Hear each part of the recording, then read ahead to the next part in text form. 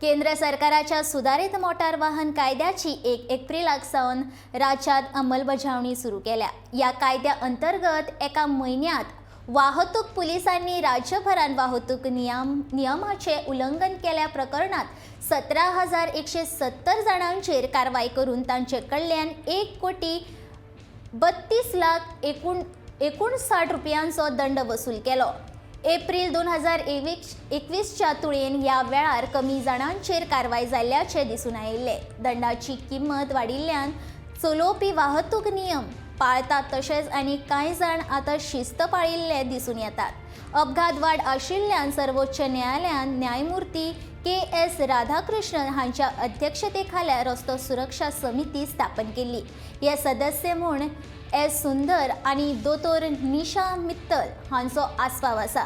Helmet घालप, गाडी चलयतना फोनाचेर उलोवप ना, सिग्नलाचे पालन करचे ह्या खातीर हे नियम लागू केल्या।